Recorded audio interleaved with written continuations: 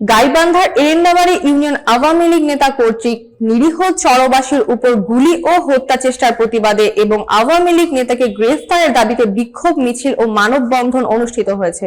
গাইবান্ধার প্রতিনিধি মোহাম্মদ জাহিদুল ইসলাম জানান, দুপুরে গাইবান্ধার এরেন্দাবাড়ির আরদার চরে ঘণ্টাব্যাপী মানববন্ধনে বক্তব্য রাখেন নুরুল ইসলাম, শাহজালাল মেম্বার, সাইফুল মাস্টার, সবুজ ডাক্তার প্রমুখ। এ সময় বক্তারা দ্রুত সময়ের মধ্যে আওয়ামী লীগ নেতা সন্ত্রাসী সাইদুজ্জামানকে গ্রেফতার করে দৃষ্টান্তমূলক শাস্তির দাবি জানান।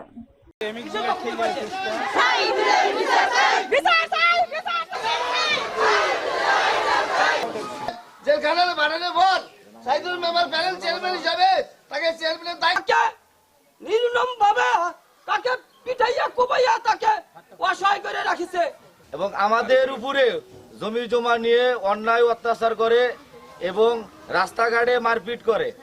সাইদুল মেম্বার ছিল, চান মিয়া ছিল, আমিনুল ছিল, চান মিয়া ছিল, রফিকুল ভবির ছিল, নজরুল ইসলাম, রফিজাল হক, বাদশাহ, মন্তা।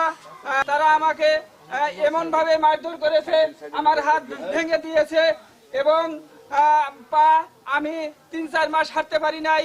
আমার সর্বশরীর মাইরা আমি এখন পঙ্গু হয়ে আছি।